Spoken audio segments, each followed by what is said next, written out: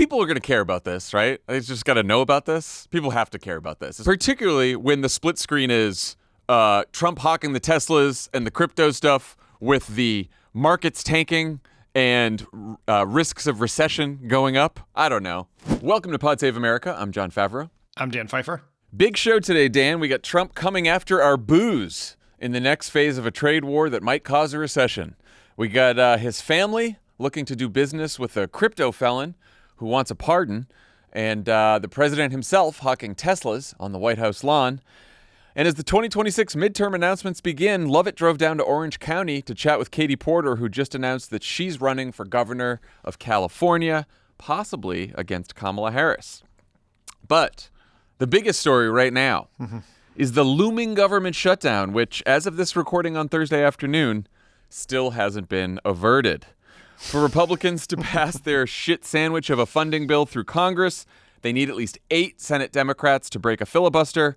They have Fetterman, and reportedly, right before we started recording, Chuck Schumer told his colleagues that he'll allow a vote on the bill. There are also reports that 6 other Senate Democrats will follow Schumer, even though most of them have come out against the bill, which doesn't just keep the government funded at the same levels. It makes cuts to things like housing, healthcare, $1 billion in cuts to D.C., and it also gives Trump more power to impose tariffs and basically spend our money however he'd like. Naturally, Trump's a fan.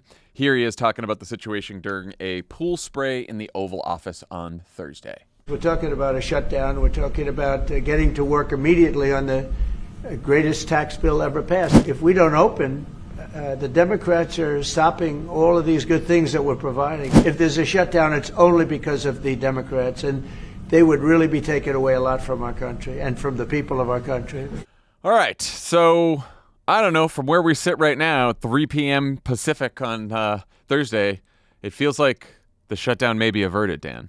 It seems like it's going to be averted. If Chuck Schumer is voting for cloture, that is a sign that there are at least 6 other Democrats, Schumer, Fetterman, and 6 others, who will vote to allow the Republicans to pass this bill. So let's take a step back and just talk about sort of the strategy around this, like the analysis of voting for a shutdown, against a shutdown. You had a great message box Thursday about why Democrats shouldn't fear the politics of a shutdown.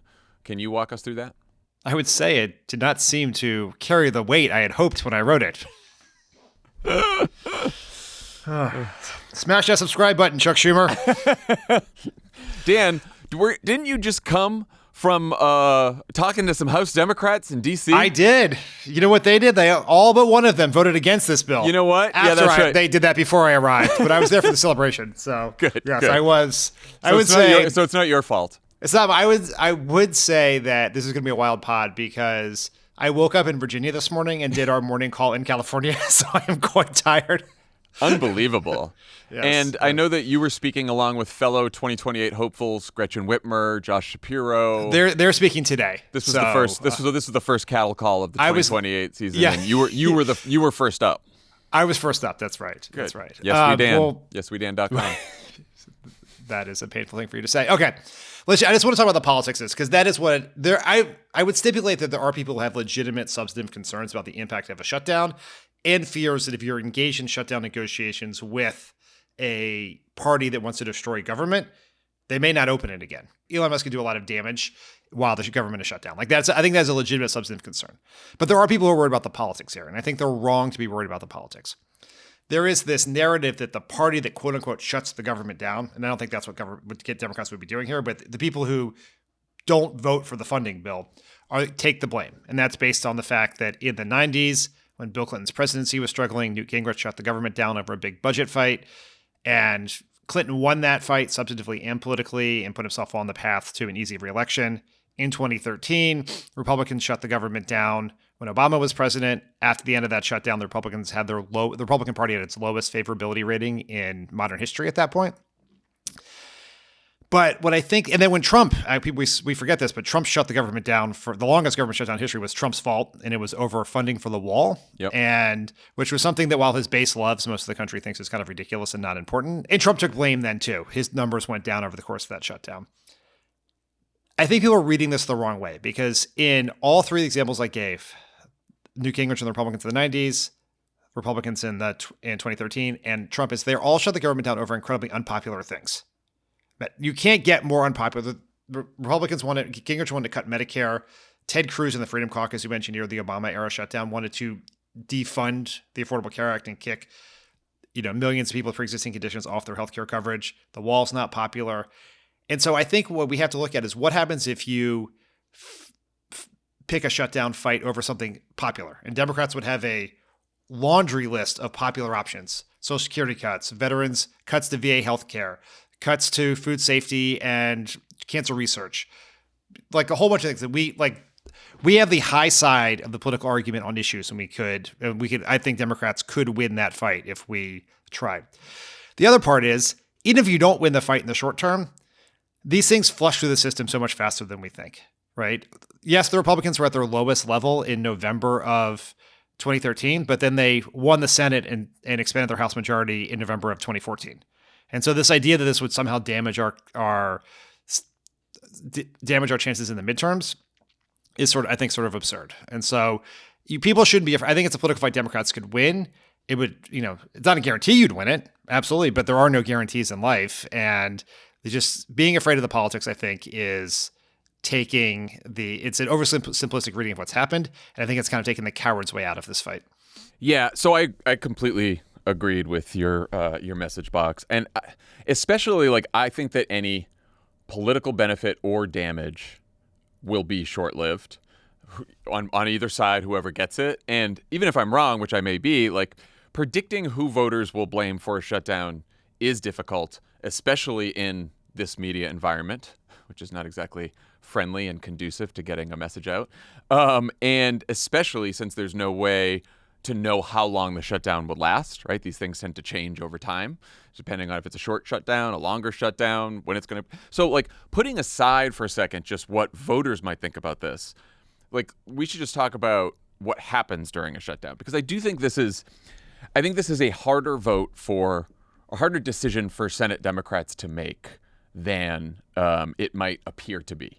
Because, look, I love a good shutdown. We remember in 2018 there was a brief shutdown before the longest shutdown in history that Trump caused.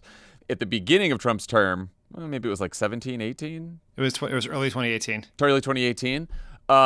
Democrats decided they were not going to give votes for a funding bill because they were concerned that Trump would deport the Dreamers and that he was going to get rid of protections for the Dreamers.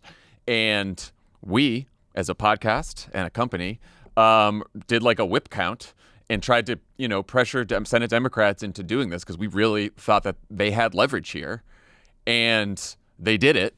And then after 48 hours, maybe? The government shut down on a Friday, and I think it reopened again on a Monday. On a Monday, yeah, then they caved. But but I wasn't disappointed in them caving at that point because I don't know. Trump was basically okay, the government shut down. I'm not going to give you what you want. I don't care. And so so now you have a bunch of furloughed workers who aren't getting paid in the federal government. And it turns out the Democrats didn't really have the leverage, or at least they didn't try. Maybe they could have had it go on for a couple weeks, but that made me rethink my priors about what leverage really is in a shutdown, depending on which party it is. So if we went through the shutdown, right, what would happen? So during the last shutdown, the longest in history that you mentioned, during Trump's first term, about 400,000 federal workers were placed on unpaid leave, and another 400,000 were forced to work without pay.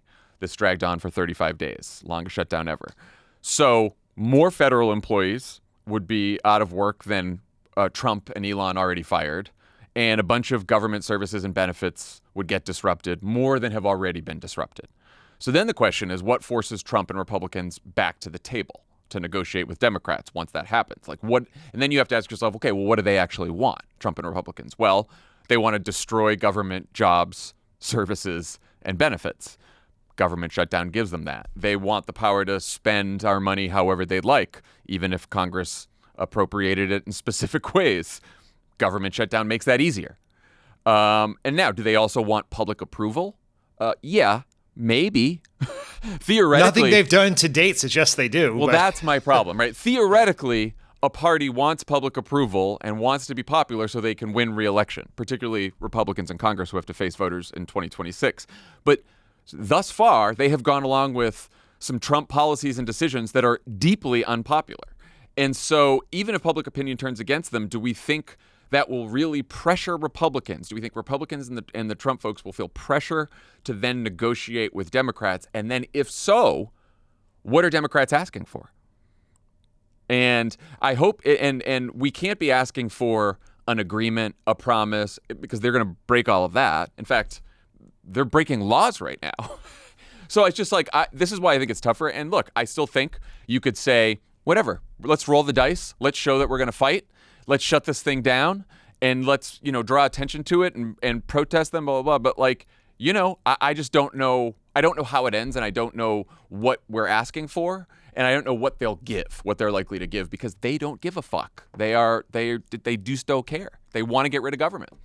I think like you and I, Pod Save America, people who follow politics, the Democratic Party have been having this conversation for a couple of weeks now. Yeah. And it feels like it's been the same conversation, but it hasn't caught up to changes in the facts on the ground. Like when we had Senators Schiff and Merkley and Wyden on our live stream before Trump's State of the Union joint address thing, what we were talking about is, would you vote for a clean funding bill, 6-month funding bill, that would just keep the government open at the same levels that were agreed to when Joe Biden was president? That is a much tougher vote for the reasons you laid out. Yeah. Right. That is not what this is. Yeah. That is not this bill. This is really important.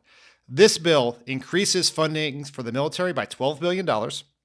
It gives, depending on how you read the language, gives Trump more authority on how to spend that money unilaterally. It increases funding for Trump's mass deportation plan. And this is very important. It has a $1.2 billion cut in what is called non-defense discretionary spending. What that means is spending that is not military spending, defense spending, or Social Security, Medicare, and Medicaid. So what that means is it's a $1 billion cut. Housing, Head Start, community health centers, education, food safety, cancer research. That's just being cut. We're just going to cut that. What that's essentially doing is codifying what Elon Musk and Doge have been doing right there. And then it just for shits and giggles, it cuts $1 billion from DC's budget for no reason, which is going to force DC to possibly have to fire teachers, police officers, and firefighters. And then on top of that, it takes away Congress's ability to reject Trump's tariffs. Congress can call a vote on tariffs. That power is taken away in this bill. And so Democrats did not shut the government down here. They would not be shutting the government down. Republicans need a bill that can get 60 votes. They never talked to Democrats about what it would take to get 7 Democratic votes for this bill. They never talked to a single Democrat about it. And so even if you want to just like another way to think about this is like, we should just fight for a clean CR. Right. I was going to say. If that's what you want. We would support keeping the government open, but we're not going to do favors to Trump and Elon Musk in this for no reason. We get nothing for it. We have like just giving away all of our leverage. And I think that is a huge mistake. And it is rolling over in this moment. Like I think in a clean CR, it's kind of hard to figure out what the way out is. There is a way out here. And if you just go to Thune and say, clean CR, you're not getting clean CR. It can be 6 months, 30 days. Like we want 30 days. You want 6 months. Let's make it 3 months, right? Whatever, something like that. We want to keep the government, but we're not going to vote for a big cut in programs like Head Start and community health centers. We're not going to do that. And I think that would have been that's a very defensible position to take substantively and politically. And I'm very disappointed that it appears at this recording at 3:15 Pacific time on Thursday that that's not the direction the Democratic caucus will go. How do you message we're for a clean CR, which obviously no one knows what the fuck that is? And it does seem like the changes they made to the CR are calculated to it's horrible that they're going to cut $1 billion from the fucking DC budget. Are most people going to care about what happens in Washington, DC, right? I do think people would probably fucking hate that they're going to add another like $12 billion to defense spending for no fucking reason. The deportation stuff, I wish it was more unpopular, but it's like the most popular thing he's doing right now, which is fucking gross. So I guess you would talk about like healthcare cuts and cuts. Yeah, we're not going to support healthcare. We are in the process of negotiating a budget agreement for the year. Like that is the point here. What to try to do is we want to negotiate a budget agreement for the year. And while we're doing that, we're not just going to cut Head Start and community health centers for fun. Like we're not going to agree to that. That is not a way to have a negotiation over the budget. And if you want to increase military spending by $12 billion, traditionally, over the last 15 years here of budget negotiations, we have increased and decreased defense and non-defense spending at the same time. So they are breaking that. And so I think you just say, all we are asking for is to keep everything working, keep the lights on, keep everything working the way it has been working right now. We are not going to support cuts to these programs. We're happy to negotiate with Republicans. We'll go to the table, we'll negotiate, and we can either negotiate the same levels of funding that we had and just keep the government open, or we can, we'll compromise, we'll put proposals on the table, but like you need our votes, you're gonna give us at least a clean bill. Yeah, I mean, we're not even asking for anything. Okay, now we're gonna take from the other side. So then why do you think that Schumer doesn't have the appetite to at least just fight for a clean CR? I would say that that Schumer is probably taking one for the team here. Right? He has enough members who do not want this fight for political reasons, substantive reasons, whatever that is. Fear. The fears you have about a shutdown exist whether it's over a clean CR. Correct. A clean funding bill or this. They exist. They're the same. I do think you're right. Even if you're fighting for a clean CR and the government shutdown, you do have then the possibility, and there's been White House people saying this to reporters, that nothing would make Elon happier and Trump happier than having the government shut down and them being able to pick and choose who gets laid off, who's on unpaid leave, which money they spend, how they spend it, and basically just continue to be even more authoritarian than they have been in running the whole country. There is I was in the White House when we had the shutdown, and everyone has to decide what's an essential worker and what's an inessential worker. And the essential workers stay and work for no money, and everyone else goes home. And so you can just see they're just like picking through the people they trust, their people, the Project 2025 people. So that there is a substantive risk in all of this. But if you're not going to fight now, because this really is waving the white flag. I could argue the vote on a clean funding bill, round or flat. Like I would have leaned towards having the fight. This is easier. You're getting punked here. I think you're really getting punked in a way that doesn't bode well for any future negotiations or future votes. And it's going to inflame, and rightfully so, I think, the sentiment within the party that our leadership is not up to this moment. Because and then we keep having this experience where everyone gets up and says, Trump is this incredible, the existential threat to what is happening. What he and Elon Musk are doing are unprecedented, it's authoritarian, it's unconstitutional, it's potentially illegal, blah, blah, blah. And then we just go about normal politics. Right. And if you believe that this threat is extraordinary, you have to be willing to take extraordinary measures yourself. And this is one of the rare moments we have to do that. I also think, to argue now for shutting it down, or at least demanding a clean CR. So it shuts down, and it lasts a week, 2 weeks, and all the substantive risks that you and I were talking about come to pass, and it's mayhem everywhere, and people aren't getting their benefits or services, and there's hundreds of thousands of workers furloughed, and Republicans are just like, fuck it, we don't care, we're not negotiating, we're not opening the government back up. Like, we could cave then, and that would still be better than not trying to fight at all. Like, it would be embarrassing when it happens, and we'd have lost the fight, but like, might as well give it a shot. What we'd say, it's not worse, right? Like having it shut down for a week or two, and then saying, okay, well, Republicans don't care about the government, don't care about these workers, and are just doing whatever they want anyway. We'll vote for a clean, we'll vote for the bill, or we'll vote for cloture, whatever the fuck it is. We'll do that. Like that's not worse than just not fighting at all. No, I probably not. Like, I think if it shuts down on Friday and you open up on Monday, that's probably worse. That's worse. That's like last time. Like, part of this is just an unwillingness to wrestle with impending tough decisions. This has been coming for a while. We've at least known since the weekend what this bill looked like. I think everyone was just in the Senate was closing their eyes and hoping that Mike Johnson wouldn't get the vote, so it wouldn't be their fault. But yes, we could really use a little game planning here about what could possibly happen. And the fact that we're at this point and they were just having a meeting about it today, I think it's tough. This is a tough. This is gonna be a tough pill for a lot of people to swallow. Not great. Okay, we're going to take a quick break, but before we do, some Crooked Tour news. Strict Scrutiny, our excellent legal podcast hosted by constitutional law professors Melissa Murray, Kate Shaw, and Leah Littman, is going back out on the road. Tickets for the Bad Decisions Tour 2025 are on sale now. Great tour name. Great. It's so good. They've got 3 great shows planned. May 31st in Washington, D.C., at Capitol Turnaround, June 12th in New York City at Sony Hall, and October 4th in Chicago at the Athenaeum Center. Tickets are going fast. Don't miss out. Head to crooked.com/events for more info. Pod Save America is brought to you by Policy Genius. Look, it's important to plan for the future and to ensure what, Tommy? Your legacy. My legacy. We all have life goals. We all have financial goals. And Policy Genius can help make them a reality. Protect your family by securing their future with life insurance from Policy Genius.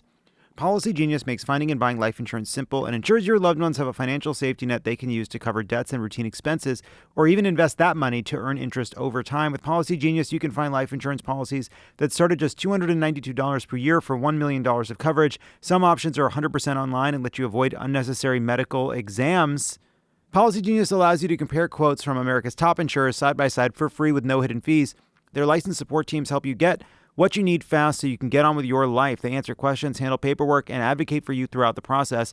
Life insurance is a form of financial planning, and Policy Genius is the country's leading online insurance marketplace. Join thousands of happy Policy Genius customers who left 5-star reviews on Google and Trustpilot. Secure your families tomorrow so you have peace of mind today. Head to policygenius.com/crooked or click the link in the description to get your free life insurance quotes and see how much you could save. That's policygenius.com/crooked. Pod Save America is brought to you by Cook Unity. Nutrient-dense meals are essential for good health, but they don't have to be boring. Cook Unity offers fresh, flavorful meals for every diet, including keto, gluten-free, and GLP-1 balance. Their all-star chefs craft each meal with local in-season ingredients that are high in protein, fiber, and unsaturated fats. Meals are sent fresh, not frozen, and delivered directly to your door at a fraction of the usual cost and time. If you're looking for a convenient and affordable meal plan to achieve your health goals, go to cookunity.com/crooked or enter code CROOKED before checkout for 50% off your first week. I can attest that the Cook Unity meals are delicious. Highly recommend the Mexican chicken bowl with cilantro rice and fresh guacamole. It tastes really good, cooks up super fast, couldn't be easier. So give it a shot. Their roster of all-star chefs includes Food Network alums, James Beard Award winners, and acclaimed restaurateurs, balancing flavor and nutrition in small batch meals sent fresh, not frozen. It's easy to find dishes that align with your goals and enjoy a variety that keeps every meal exciting and satisfying. Browse the menu by protein, chef, cuisine, or dietary need to personalize your own menu and find new favorites. Menus are updated weekly, and new chefs are always joining the team, so mealtime will never be boring. Crush your health goals with mouth-watering, chef-crafted meals delivered straight to your door. Go to cookunity.com/crooked or enter code CROOKED before checkout for 50% off your first week. That's 50% off your first week by using code CROOKED or go to cookunity.com/crooked. Well, if the government shuts down, Trump will have more time to focus on what seems to be his true passion, which is tanking the economy with his trade war.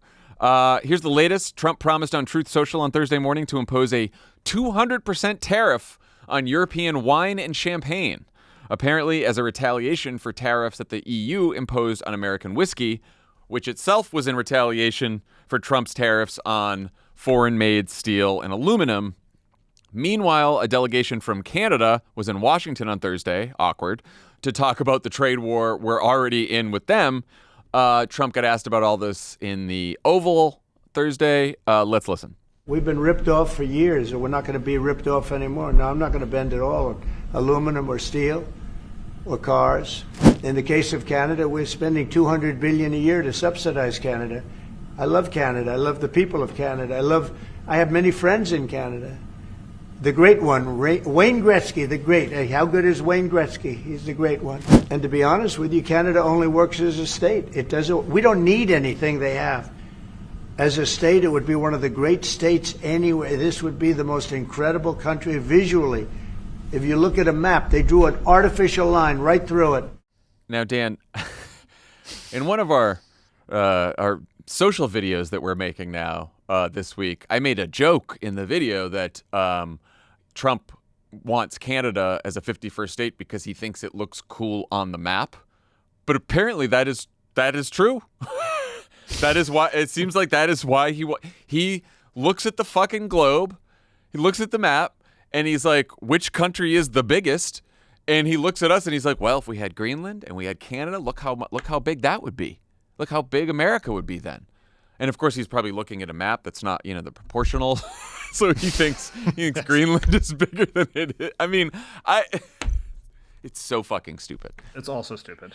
Trump's approval rating is now falling quickly, driven mostly by people's view of how he's handling the economy, which are now at all-time lows. 51% say Trump's policies have worsened the economy, while only 28% think they've helped, according to the latest CNN poll.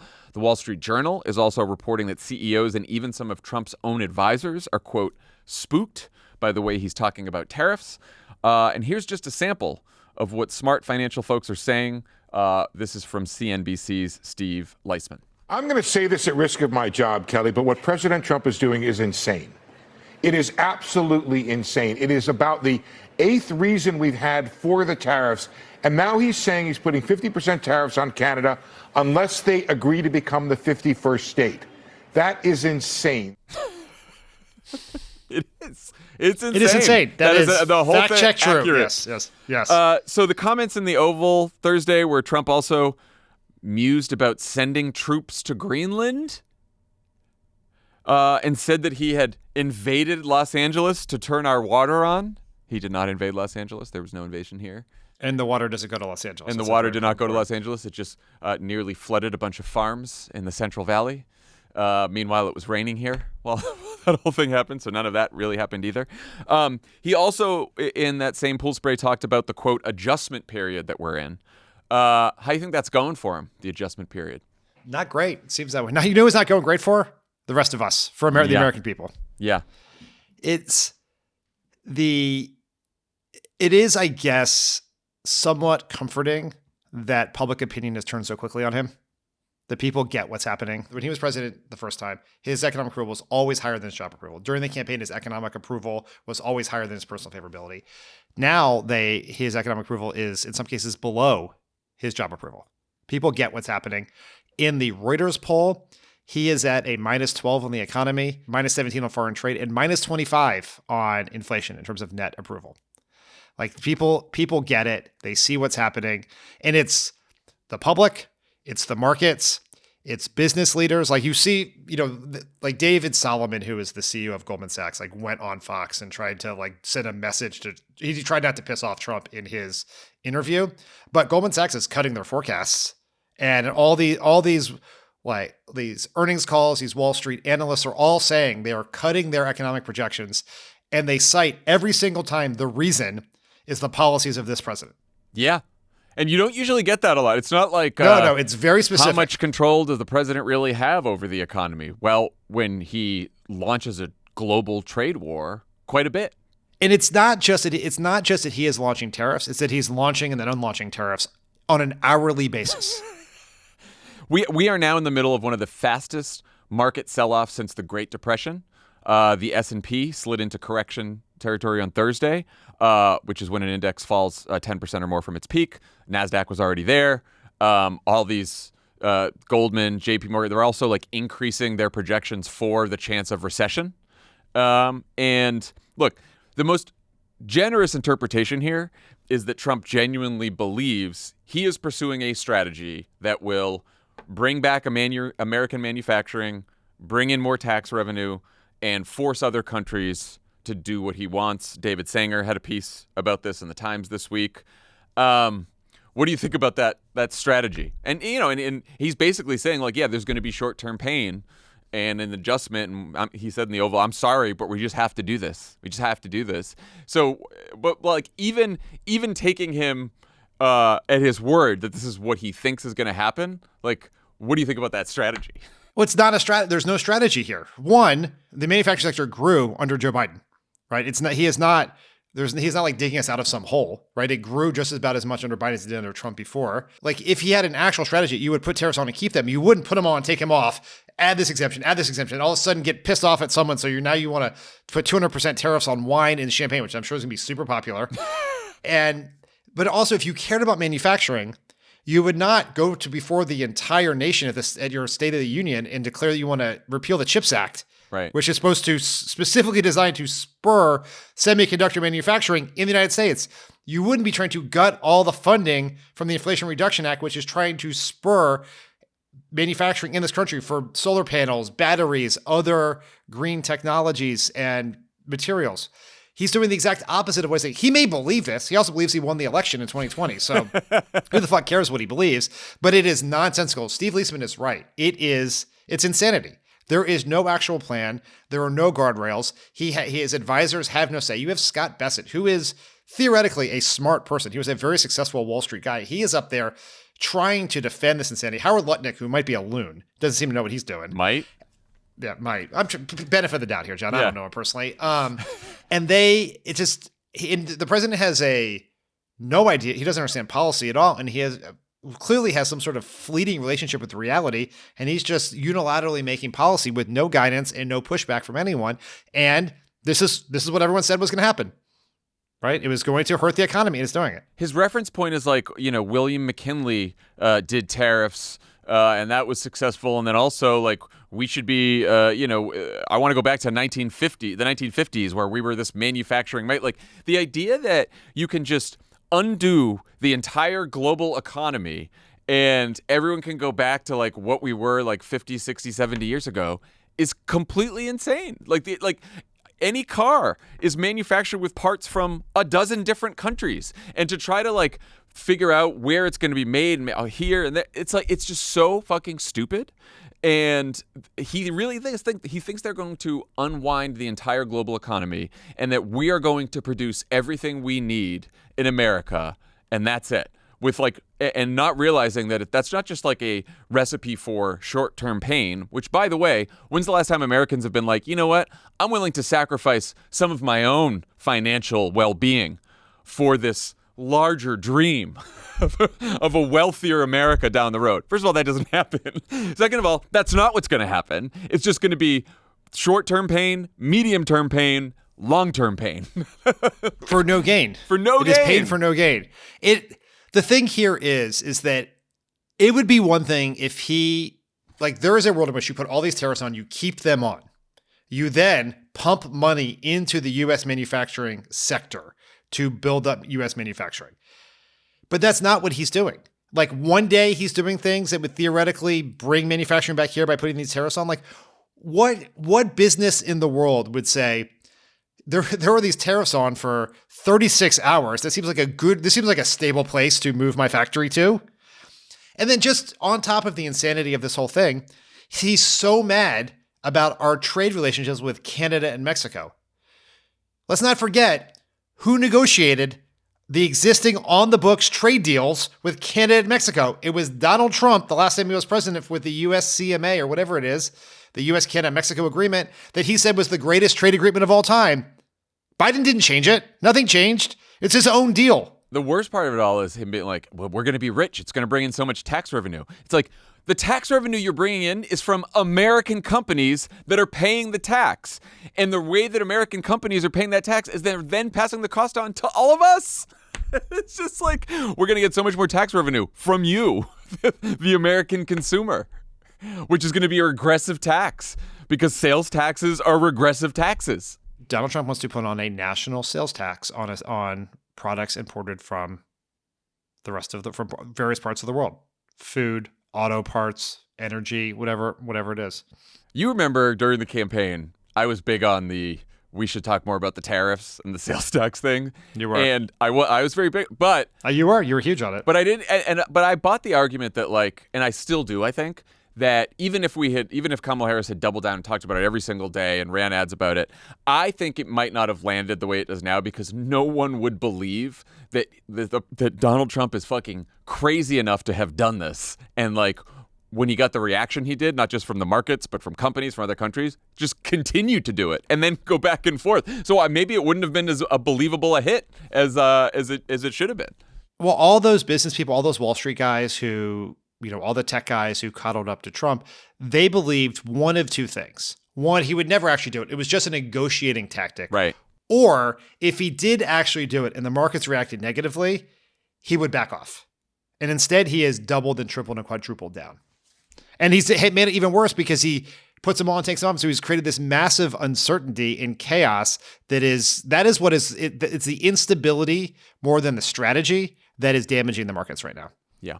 Well, there's one group of people who'll be making money no matter how bad Trump fucks up the economy, and that's Trump, his family, and their friends. Just this week, as Americans everywhere were freaking out about our 401ks, Trump held an event that doubled as an infomercial for his top advisor's car company. Here's a taste. Should I get in? Get in. Okay. Let me get in this sucker. On the Tesla? Do you want my notes? Yeah. They gave me notes. I said, I'm not biting. I don't need notes. Yeah. That's beautiful. This is a different panel than I've had. Everything's computer. In terms of imagination, I think I have a great imagination. Who else but this guy would design this, and everybody on the road is looking at it? What kind of truck would Blade Runner drive? That was the design idea. It's really amazing. Yeah. Thank you all very much. I love Tesla. Which one did you buy? Tesla. I love Tesla. I clearly had no idea the Blade Runner reference just went right over his head. No, not at all. Sure. Only a movie that came out in the early 80s, I think. So that was Trump and Elon Musk, and Elon Musk's child, once again, popping up in the White House, on the front lawn of the White House, selling Teslas. Trump decided, he said he's going to buy a Tesla. Sean Hannity said he's buying a Tesla. And so now we're all buying. Now MAGA loves Teslas, and they're doing it because the libs have been so mean to Elon Musk. And now if you protest at a Tesla dealership and it gets out of hand, that is domestic terrorism. They are labeling that domestic terrorism if you fuck up a Tesla dealership. So please, peaceful protests only outside of the Tesla dealership. That may also be domestic terrorism under this Department that's a of good Justice. point. That's a good point. So because everyone's so mean to Elon, and Elon is just so hard up for cash, just a guy who's just trying to make a living, and he's sacrificed so much to just destroy government with his Doge team. We got to help him out. We got to test the Tesla. The share price of Tesla is just in the shitter. So clearly, the guy's boss, who happens to be the president of the United States, is going to be out there selling cars. What can I do to put you in a Tesla today? He's not just selling cars. He's buying cars. He's buying cars. He's selling cars. I got cars to move off this White House lot. I just cannot emphasize this enough. At a time in which prices are rising and the stock market is sinking, Donald Trump's response to the pain the American people are feeling is to write a personal check to the world's richest man. It is insanity. It's like we like to look at the data and the polls. I don't need polling data for that. That does not go down well. I also want to just make sure I have this right now. Okay, so now we love Teslas. We love using the power of the state to protect and build American industries, but we hate tax credits for electric vehicles. And we hate charging right? stations. These Republicans, yes, these Republicans would be quite upset when they discover that they bought all these Teslas in solidarity with Elon, only find you can't charge them anywhere in Middle America because we took out all the funding for the charging stations. Well, I'm sure that they just believe that Elon will give them their own private charging stations so they can drive their cars because they don't really give a fuck about anyone else. Love Teslas. Again, love helping American industry. Hate tax credits for electric vehicles and charging Donald stations. Trump ran, and the Republicans ran millions of dollars of ads attacking electric vehicles in Michigan in this last election. And now he's selling them on the White House lawn. But wait, Dan, there's more. Representatives of the Trump family's World Liberty financial crypto business are reportedly in talks to take a stake in the disgraced crypto exchange Binance, which in 2023 pleaded guilty to federal money laundering charges and whose CEO is now seeking a pardon from Trump. According to Bloomberg, World Liberty and Binance are considering developing a so-called stablecoin Dan, I'm sorry to do this to you, but can you explain to listeners who may not know what's Binance and what's a stable coin? And I am one of those listeners who does not know what a stable coin is. Well, the good news is, since you don't know, I can say virtually anything. You can. But I will try to do this as accurately as I possibly can with my sleep-addled brain. But Binance is one of the world's largest crypto exchanges. It was founded in China, but now, according to Binance, it exists nowhere. Mm-hmm. It has no location, which is not sketchy at all. It just exists in the ether, which is definitely not a way to avoid local laws in Texas. Correct. It was founded by a guy named Shiping Zhao, who goes by the name CZ in crypto circles, and he's a very big personality in the crypto circles. And as you mentioned, in 2023, Binance pled guilty to violating money laundering laws. They paid a $4.3 billion fine, one of the largest corporate fines ever paid.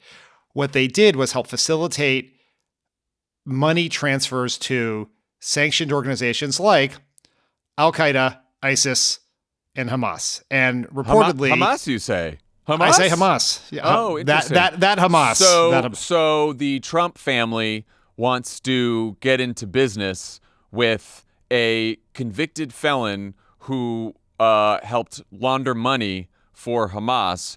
Do you think that possibly has adverse foreign policy consequences, or are those just for people who peacefully protest and are immigrants that we are then going to deport? What do you think? It's apparently there's a two-tiered system of justice, as Trump used to say. Okay. Yes. And CZ spent several months in jail for crimes related to this. As part of this, Binance reportedly instructed some of these users to hide their location when they did the money transfers, to hide it from authorities. During the campaign, according to these reports, officials from Binance went to Trump officials, Trump family, Trump allies to begin a conversation about a possible business venture. At the same time that CZ was seeking a pardon for his crimes, and Binance is trying to get back into the U.S. market. What this business venture would mean is sort of an open question. It could be a investment from the Trump family into Binance. They could take a stake in the company. It could mean some sort of partnership or joint venture between World Liberty Finance, which is Trump's crypto company that did his meme coins, and Binance. And then, in potentially even more alarming situation, according to Bloomberg, the report is that they could create what is called a stablecoin. A stablecoin is cryptocurrency that is pegged to real reserve assets, right? Where theoretically you have the money to back it up, so the price stays stable. And so unlike like Bitcoin or Ethereum or these meme coins, you're not like buying and selling it like a financial instrument to make money on the spread. It's so you can transfer money. It's legitimate currency. Now, there are real questions for some of these stablecoins as about whether that the actual backup assets exist. That can be US dollars, could be gold, it could be other crypto assets. But essentially what you would be creating is Trump bucks here, right? It'd be an actual Trump currency that the Trump family would control and could be sent to people with not just without paying bank fees, which is one of the arguments before stable coins and a decentralized financial system, but also without people knowing how it's being spent. And there are a lot of people, there's legislation moving through the Senate on this. There's a lot of concern from people like Elizabeth Warren about the idea about these stable coins, that non-financial institutions could control them, therefore not be subject to some of the regulations that would be in place in a normal presidency. And so this is just one of the most brazen bits of corruption you could possibly imagine. You would, like, as you said in your intro, you have the president's family doing business with people guilty of money laundering, while the head of said money laundering company is seeking a pardon from the president. Like literally terrorist financing. Yeah. And Senator Warren has been working on that for a while too. I think it was like a bipartisan bill at some point, because like one of the many problems with crypto and the crypto industry is that terrorist organizations use crypto to launder money to hide it because they can't, use banks. And now Binance that did this with Hamas, ISIS, business with the Trump family. Seems totally normal. There was a meeting with Steve Witkoff, the guy that's negotiating, the Middle East negotiator who's sitting down with Putin now. We call him Marco Rubio's boss, Steve Witkoff. It's worth noting, however, that Steve Witkoff's representatives denied that he had any involvement in this, and CZ himself went on Twitter to offer a denial as well. I like that the New York Times, I saw Peter Kafka tweet this, but they really reported this part in a really understated way. But pursuing a business deal involving a felon seeking a pardon from his administration would be an unprecedented overlap of his business and the government. I would say so. That's a big overlap. That's one you're going to want to watch. Remember back in Trump's first term when Kellyanne Conway got an official warning from the White House ethics office for casually suggesting that Americans should buy from Ivanka Trump's clothing line? Just so we know how far we've come. Now we've got the President of the United States hawking Teslas and his family looking at business deals with a crypto felon. Well, I was trying to remember the name of the guy who was the White House ethics officer who got fired. Oh. You remember talking about? He was big Yeah. on Twitter for a long time. He was big on Twitter. he was a character from the first Resistance for some time. He may be huge on Blue Sky right now. I don't know. I don't either. Yeah, but either way, what is at stake here is when Kellyanne Conway got in trouble for violations of the Hatch Act. That wasn't just the White House Ethics Office. That is the Office of Special Counsel, which is theoretically a quasi-independent agency within the government that enforces the Hatch Act. Trump fired Hampton Dellinger, the head of the Office of Special Counsel, as part of his deep state purge. And so currently there is no person who would be administering these rules and enforcing them. So it is like it is the purge 24/7, 365 in the Trump administration. People are going to care about this, right? They just got to know about this. People have to care about this, particularly when the split screen is Trump hawking the Teslas and the crypto stuff with the markets tanking and risks of recession going up. I don't know. I just want to push back on one of the pushbacks from the right has been this picture of Biden in an electric Jeep on the White House lawn. Yeah. But here's the difference. The founder of Jeep did not spend $300 million to elect Joe Biden and did not just promise another $100 million in donations to his political organizations. Right? These are entirely different deals, and it is an absurd bit of whataboutism. It wasn't Hunter Biden's Jeep dealership, you know? Yeah, that's right. It's so stupid. Are people going to care? It's so much worse than Hunter Biden because Hunter Biden wasn't in the government. Yes, it would be like Jeff Zients' Jeep dealership. If Jeff Zients had given $300 million to get him elected, right? Again, yeah. There's no comparison. There's you can't even come up with some sort of reasonable example because there is no thing like this. Nothing like this. People are going to care, and you do see this in polling. As you know, I'm obsessed with corruption as a key part of the Democratic message.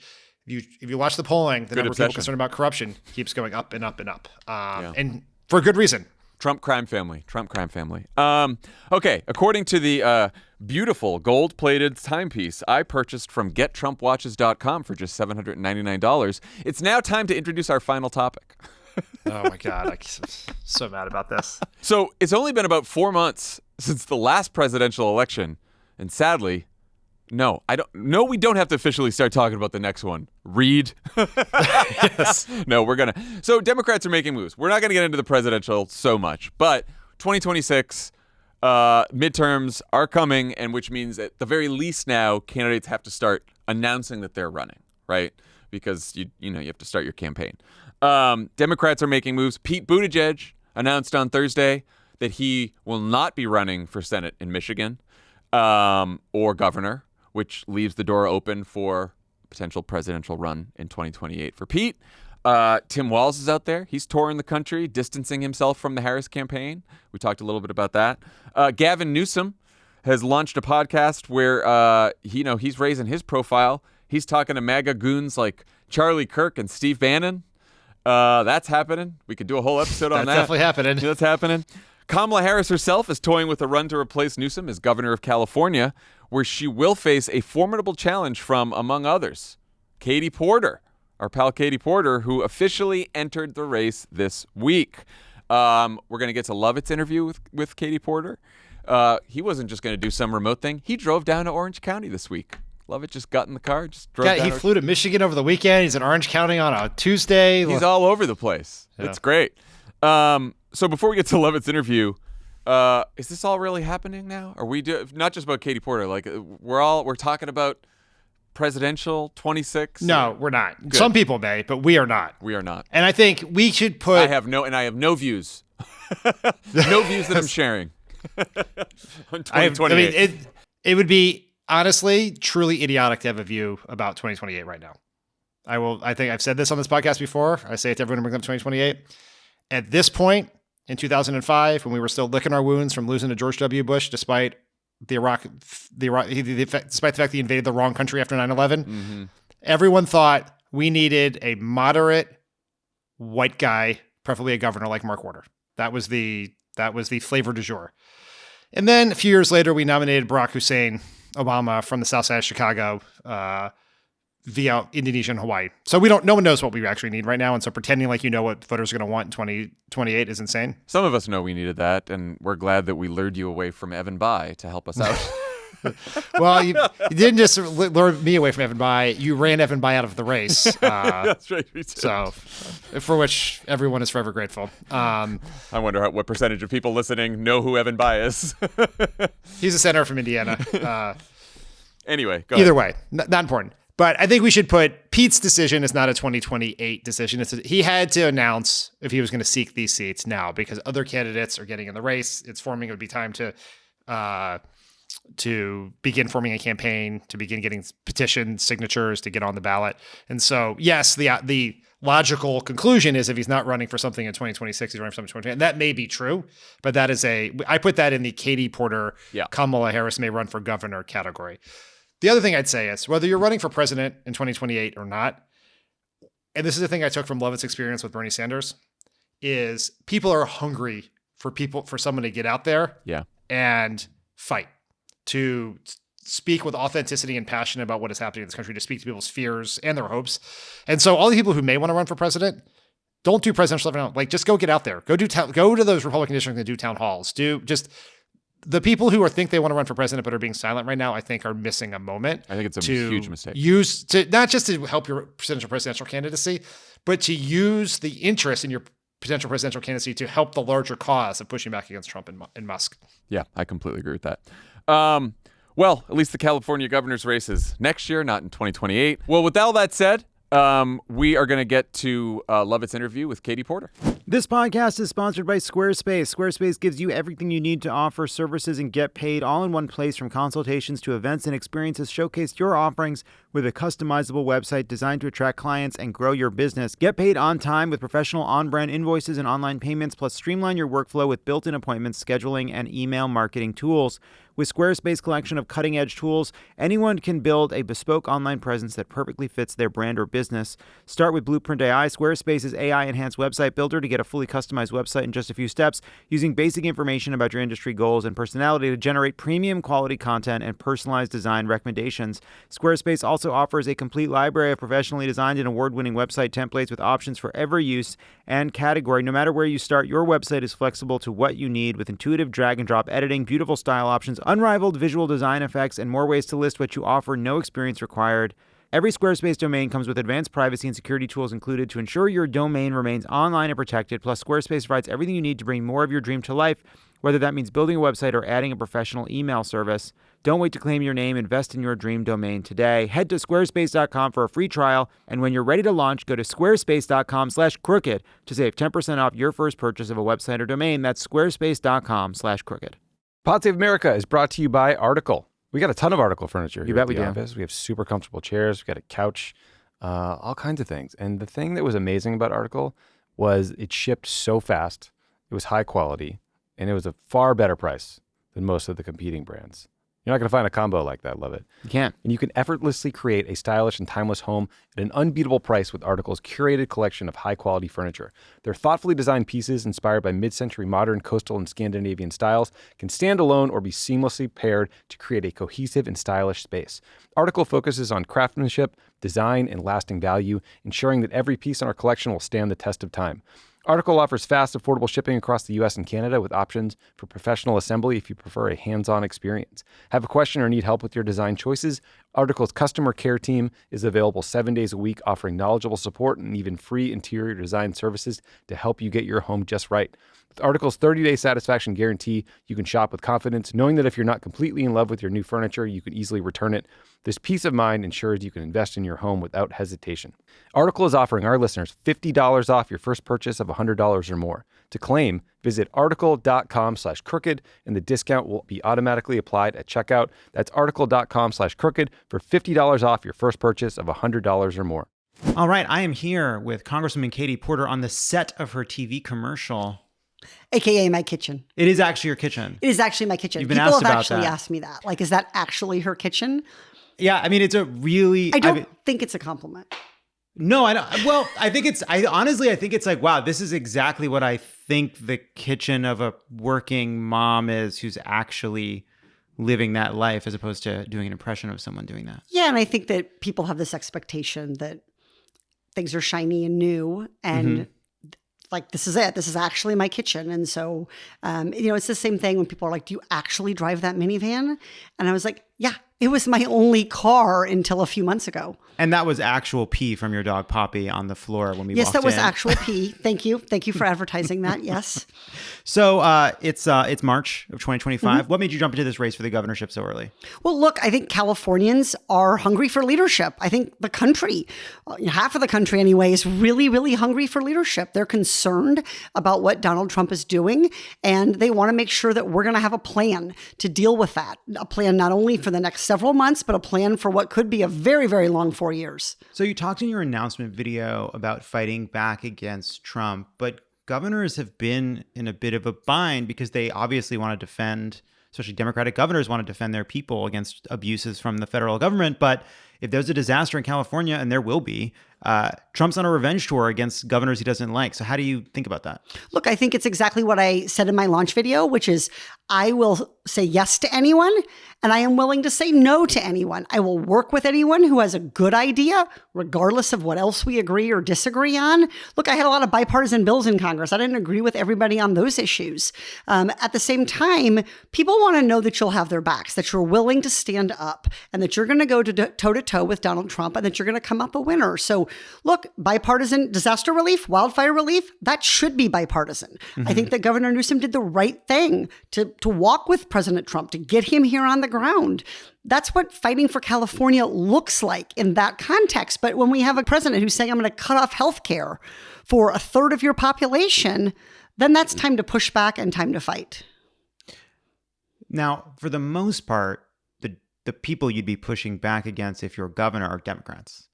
And there's a lot of people that look at California and say, this is a state where you've had Democrats in the governor's mansion, you've had Democrats controlling the assembly, and we haven't been able to build housing. We haven't been able to tackle a lot of the biggest challenges we face. How do you think about pushing back against Democrats or when there aren't Republicans to blame, what do you think went wrong here? Well, I think people want to see a common sense approach. They want you to call a spade. Where we have come up short, we need to do better, not try to convince people that there isn't a problem. Anybody who's walking into a grocery store today and walking back out with any number of groceries understands the problem. People who have kids who are wondering if they're going to be able to afford to stay in California. As a mom, I feel that personally. So I think you have to be straight with people. This is where we've fallen short. Governor Newsom, when he got elected, said he was going to focus on housing. Kudos to him for seeing and talking about housing at a time when very few Democrats were.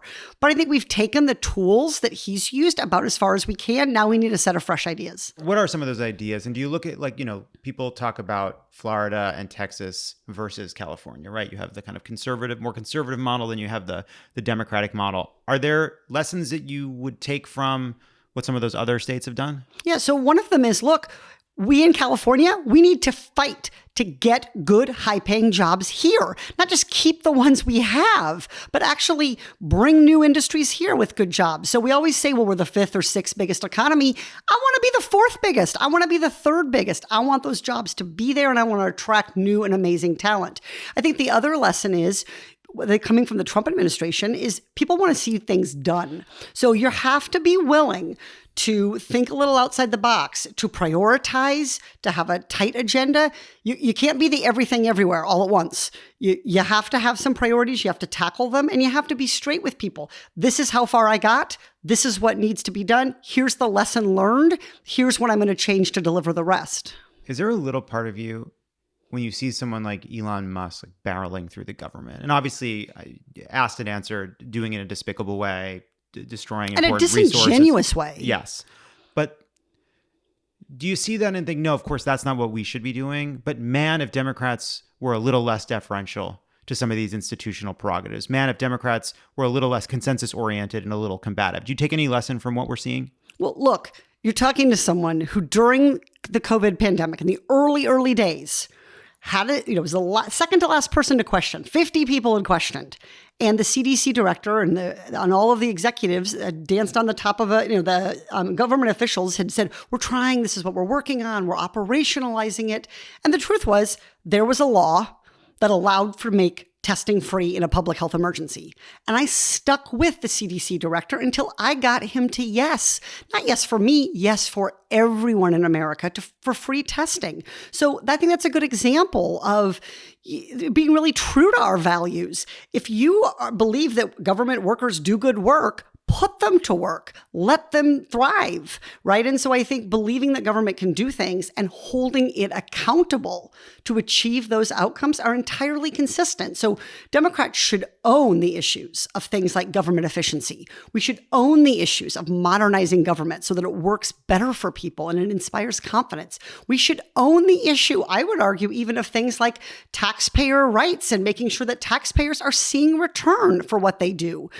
We want to see outcomes. We're Democrats, Republicans, Independents, everybody want to see outcomes. And I think Democrats need to be laser focused on that. So part of the reason I care so much about oversight is that's what oversight's about. It's about closing that gap between what people stand at a press conference and say they're going to do, and then what's actually happening. If you don't close that gap, you're going to lose people's trust. You're going to lose their confidence. So let's talk about that gap. So 30 years ago, we were going to have high-speed rail in California by 2020. We're supposed to have a train that takes us from San Francisco all the way to San Diego. Now we can't seem to build a train that goes from Bakersfield to Merced, which makes no fucking sense to me. Do you believe right now, sitting here, that you could help get done that high-speed rail line between our two biggest cities? Well, I think there's two challenges with that. One is President Trump is trying to take back the promised federal funding that is the foundation of the project. So you can't push it ahead when it's being sort of cut down from the bottom, right? So you can't build something when it's being eroded from the bottom, and that's what he's doing with that funding. So, well, except if the money that's supposed to come from the federal government is less than how much the budget has ballooned, right? Like we're already on track to spend more as a state than we were supposed to spend on the entire thing, not like 10 years ago. So that's my second point. There are real costs to delay. There are real costs to being overly cautious. There are real costs to deciding that you have to make everybody happy all of the time. I think Governor Jerry Brown was a little bit of a good example of this. Governor Schwarzenegger, a little bit of a good example of this. They made some people unhappy when necessary to get their top priorities done. And so I think with this high-speed rail project, we have to decide, are we going to build this? And if so, I have every confidence that California can do it. And if we're not, then we need to cut bait and quit wasting taxpayer dollars. We've had a cat. This is Dino. Dino? Hi, yep. Buddy. So on housing, we face this. That's the dog, if you couldn't hear. I mean, I love this. I'm so glad we came. Yeah. This is so much better in person. On housing, it's the same problem, right? You have to make some people upset to build a lot of housing. Yep. Are you going to tell the NIMBYs to fuck off? Well, look, people need to understand there are consequences to all of us, whether you're currently a homeowner, whether you want to be a homeowner, whether it feels way out of reach. There are consequences to every single person in California of not building enough housing. We have a mindset problem, and we need to call it out and to shake it up, which is this idea that if we do something to lower the cost of housing, that's helping only the people who can't afford housing. Nonsense.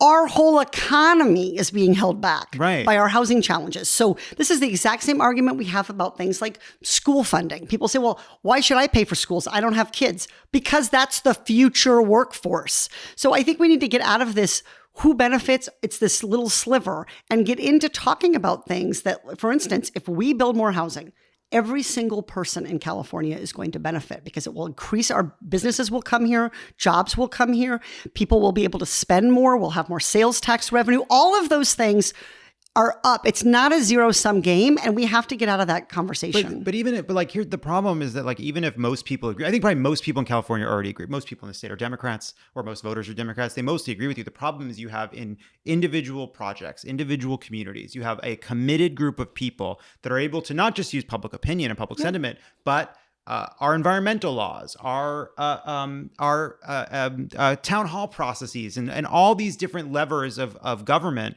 that originally were supposed to make government work better, that grind everything to a halt. And it does seem to me that one job of a leader in this state is to obliterate those blocks. Are roadblocks. And you need to be clear. We are building a road. Right? And so I think that's exactly what you need to say. All of these things, the environmental laws, the local processes, it's too much. If we want to get problems solved quickly, and there is a real hunger from voters in California to tackle some of these things that we have dealt with now for too long, then you're going to have to be willing to make hard choices, to have hard conversations, and to own the consequences of that. And I think you do that. I think how you do that in a way that doesn't sort of tear down things and leave things in fragments is you're honest with people. Look, this is a priority. This is Californians' top needs. This is not my pet project. I work for Californians. And so this is what California needs. We all have to get on board, and I hope you will. What does it take to get you on board? How do we get you there? What are your concerns? You have that conversation. But if at the end of the day, they just want to be in the way of California thriving, what it means to be a leader is to get them out of the way. Now, how do you think the governor has done on this issue? It does strike me that we've made a lot of progress that we're not seeing the result of because it's a generational failure, but pushing San Francisco to build a bunch more housing, same thing down here in LA. Where do you think it's working, and where do you think you need to go further? Well, I give Governor Newsom a lot of credit. When he ran in 2018, it was my first time as a candidate too, right after Trump had gotten elected. And he was really one of the only people in the Democratic Party talking about housing. And at the time, I remember talking with my consultants and being like, I want to be a housing candidate. And they were like, that's not really a big issue, which was nuts because it was the big issue then. It's a big issue today. It was a big issue when I came to California and started helping people in the foreclosure crisis. So I give him a lot of credit for really making that a big issue. I think we've started to hit the limits of what the strategies that we already have in place are going to be. So I think with the current environmental framework, with the current building requirements, with the current zoning, with the current infrastructure planning, we've built a lot of ADUs in some cities. Great. But you can't say this, you can't just build ADUs to get out of this. It's going to take a lot more housing at a lot of different kinds of housing in a lot of different places. So I think we need to start moving forward. One good example I would give you is we're going to have to innovate in how we build housing. We're going to have housing are one of the only industries that we still build them the same way now that we built them 300 years ago. We don't build anything else that way. So then there's an opportunity to create good high-paying jobs, to create research, design jobs, innovation jobs, to do some 3D printing work, to do this with innovative materials. We've kind of hitting the limits of what we can do by simply trying to do more within the framework we have. I think we have to move the framework. So one challenge that I see is because we have such an affordability crisis, whenever you're talking about new projects, inevitably the discussion turns on what exactly is the kind of housing in that specific project. When the evidence suggests that the best way we could, because the problem is so deep, really micromanaging individual projects, we just say, build whatever you want, wherever you want, we need a ton more. But that faces blowback because then critics from the left will say, you're building units for richer people, you're not building units for the working class, even though allowing those kinds of builds will bring down rents elsewhere. How do you think about that? Look, we need so much housing. And look, housing for people in the middle makes housing for people then one rung down the ladder more affordable. So the answer here is we need more housing for seniors. We need more housing for college students. We need more housing for workforce development. We need housing for people who are coming out of to college. We need housing for workers that we are recruiting into California from states where housing costs less. And so the answer has to be, this is not a politics of scarcity. This is a politics of abundance answer. More is more for everyone here, not just more for the person that gets that particular housing unit, but more for us all. Do you think the governor has powers to that the current governor is not using to the fullest to step in when there are decisions to, like, for example, in the Bay Area, when a court ruled because of some NIMBYism that a bunch of college kids had to lose their acceptance letters? Do you think the governor could have intervened there in a way that he didn't? Well, look, I think the governor's had his hands full with a number of challenges recently, but I think we are at the limits of kind of what we've done. So we're going to have to develop, for example, a plan to make sure that every student at our state universities has stable, secure housing so they can focus on learning. We're going to have a plan to make sure that looking at where California is going to grow the jobs, that we're going to have housing in those specific places. We're aging. We have a master plan on aging. We need to look at what we're going to do through that plan on housing. So I think there's just more conversations to be had here. And like I said, I think the limits on, cities that are being recalcitrant, Huntington Beach, which I used to represent, they get sued by Attorney General Bonta because they're not willing to build housing as they should. They're breaking the law. But there's a limit to that tool. And I think what I'm excited takes years. about, This stuff it takes years. But also like when there's a phrase, when you're litigating, you're losing, right? So like absolutely Attorney General Bonta's job is to hold people who are breaking the law accountable. And to that I say Godspeed, glad to have him in the fight. But the job of the governor is to figure out what we can do proactively so that we never get there, so that we are addressing whatever concerns they are. We are creating more capital in the private market to help fund this housing. We are making sure we're recruiting the workforce that we need to be able to do this construction, because we need to do it at a scale and at a speed that is going to require some out-of-the-box thinking. Let's talk about the politics of this race.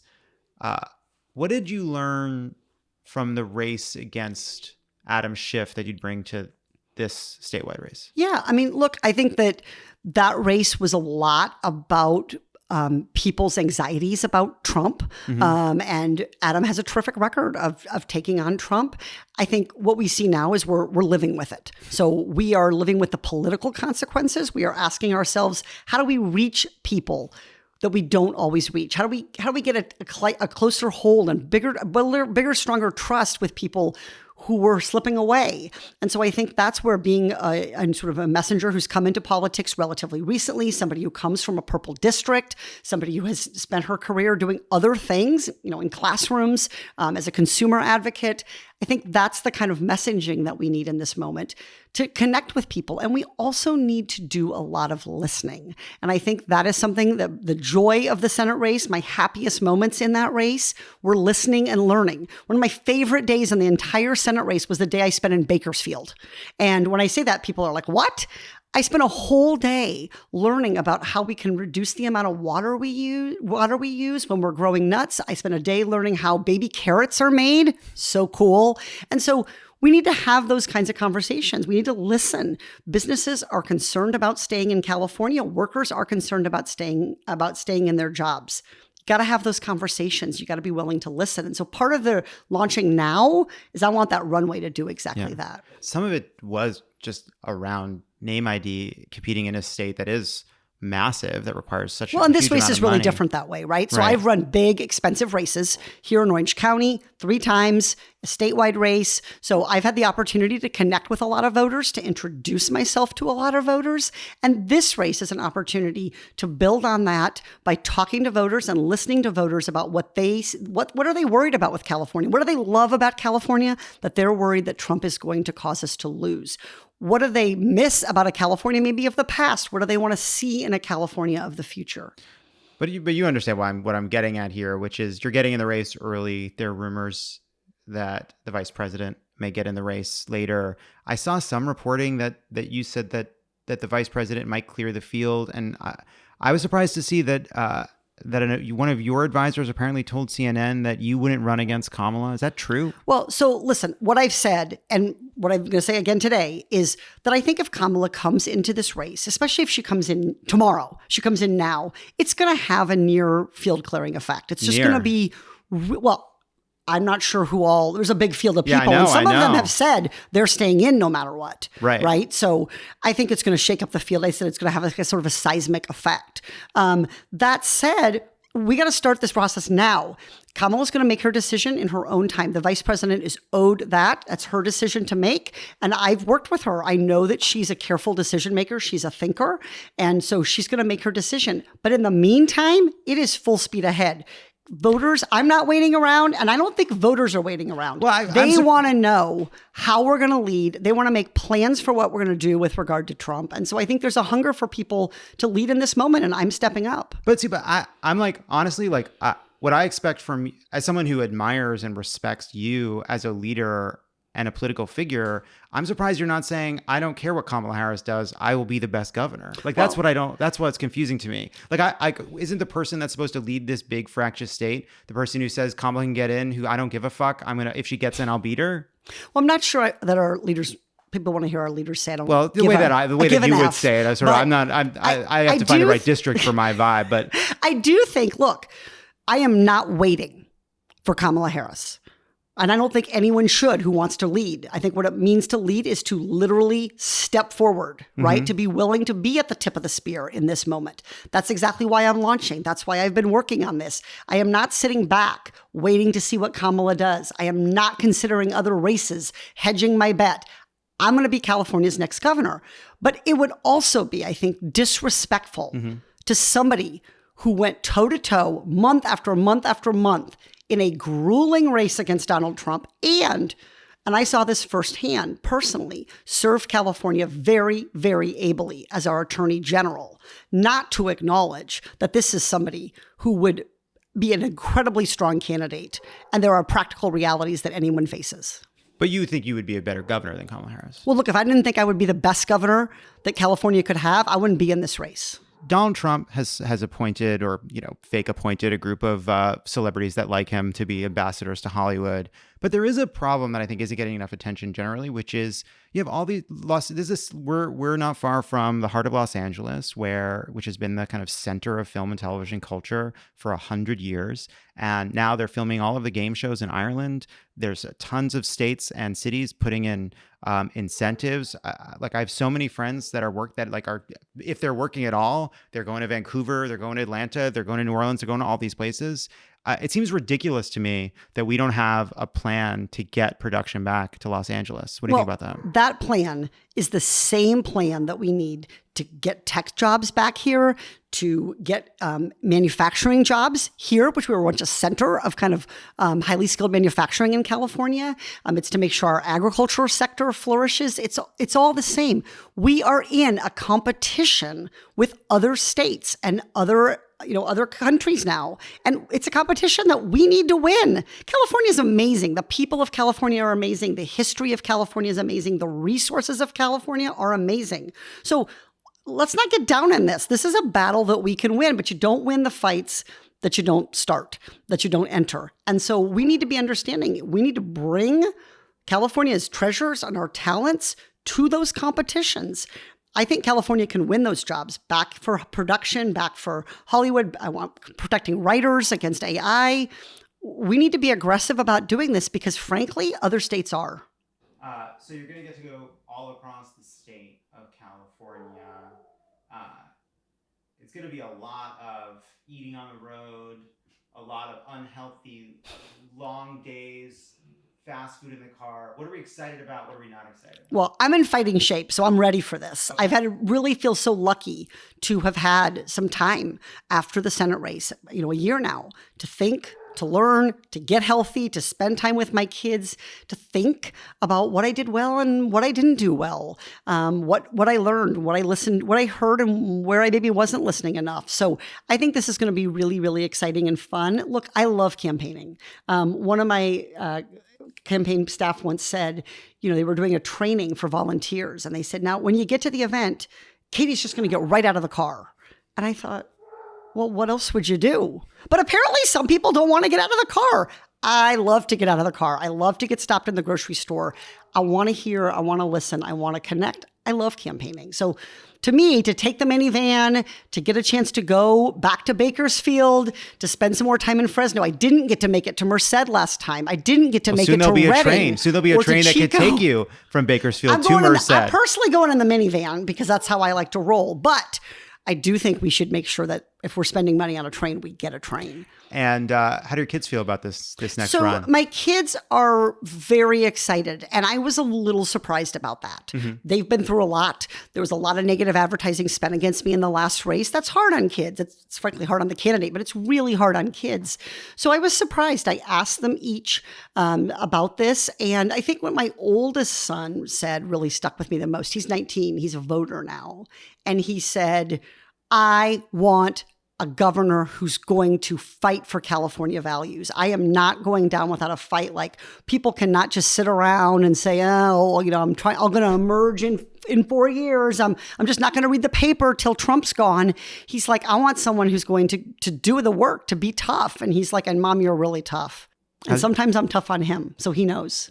And how's your driving been lately? How are we doing? How's the road rage out there? Oh, I'm pretty good now, because I walk to work. Okay. So not only did I also don't have to fly to Washington anymore. So now I walk to work to the campus, and I've been loving teaching. So I just finished grading my midterms Monday night, so that I was all ready to launch today. What kind of grading are we doing? How tough are we on these papers?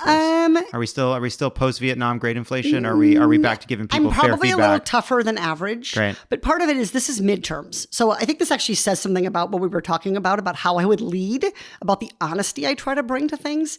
In these midterms, I was pretty tough with them because I'm trying to help them know what needs to change. So I'm telling them straight up, if you do this same thing again, you're going to get another C. Here's where you need to pick it up, because that B+, maybe even an A-, it's in your grasp, and I'm going to push you to get there. And I think when you think about the governor and leading all these different agencies, that's what people who are in the cabinet, the Katie Porter governor cabinet, can expect. We're going to set goals. I'm going to listen to you about what your challenges are. I'm going to try to clear them out of the way.